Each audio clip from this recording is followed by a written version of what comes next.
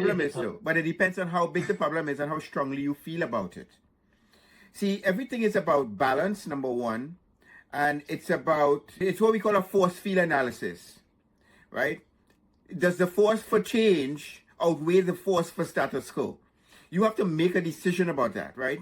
We graph that out, right? In consulting, we graph that out.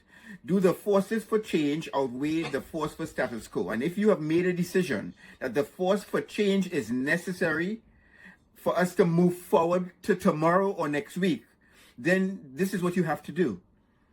So, it's like when someone gets a divorce, the force for change outweighs the force for status quo. That's what that is.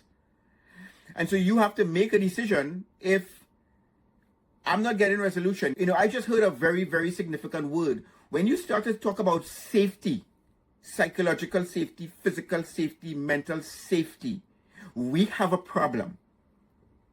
I twitch when I hear the word safety, right? Safety for me is always a force for change.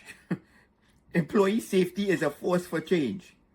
And if you don't get resolution where you thought you needed to get resolution, you need to take other steps by documenting your communication with this person. So when the safety, because if I am responsible for an employee who is threatening physical harm to another employee or creating psychological uncertainty with a group of employees, and I speak to someone verbally and don't get the response I want, I have to put it in writing, right? And so if that means me writing the CEO and something is on the CEO desk, I have to write the CEO to find out when exactly are we going to move forward. And I'm going to detail in a letter exactly why I have the concerns I have regarding safety.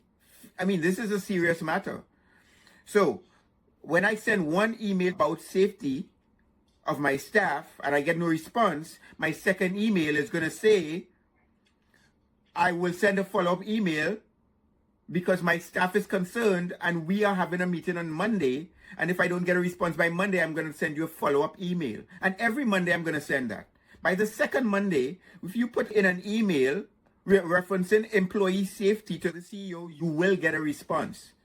You see, you have to know how to pen these letters and how to communicate. And so you say you talk to someone and you don't get a response. But, okay, the person is the CEO, but how did you talk to them? How did you document it? Remember, people don't have to like you. They just have to respect you. And when you document things, it protects you. There can be no retribution when you document things in writing. There can only be anger on the part of the person.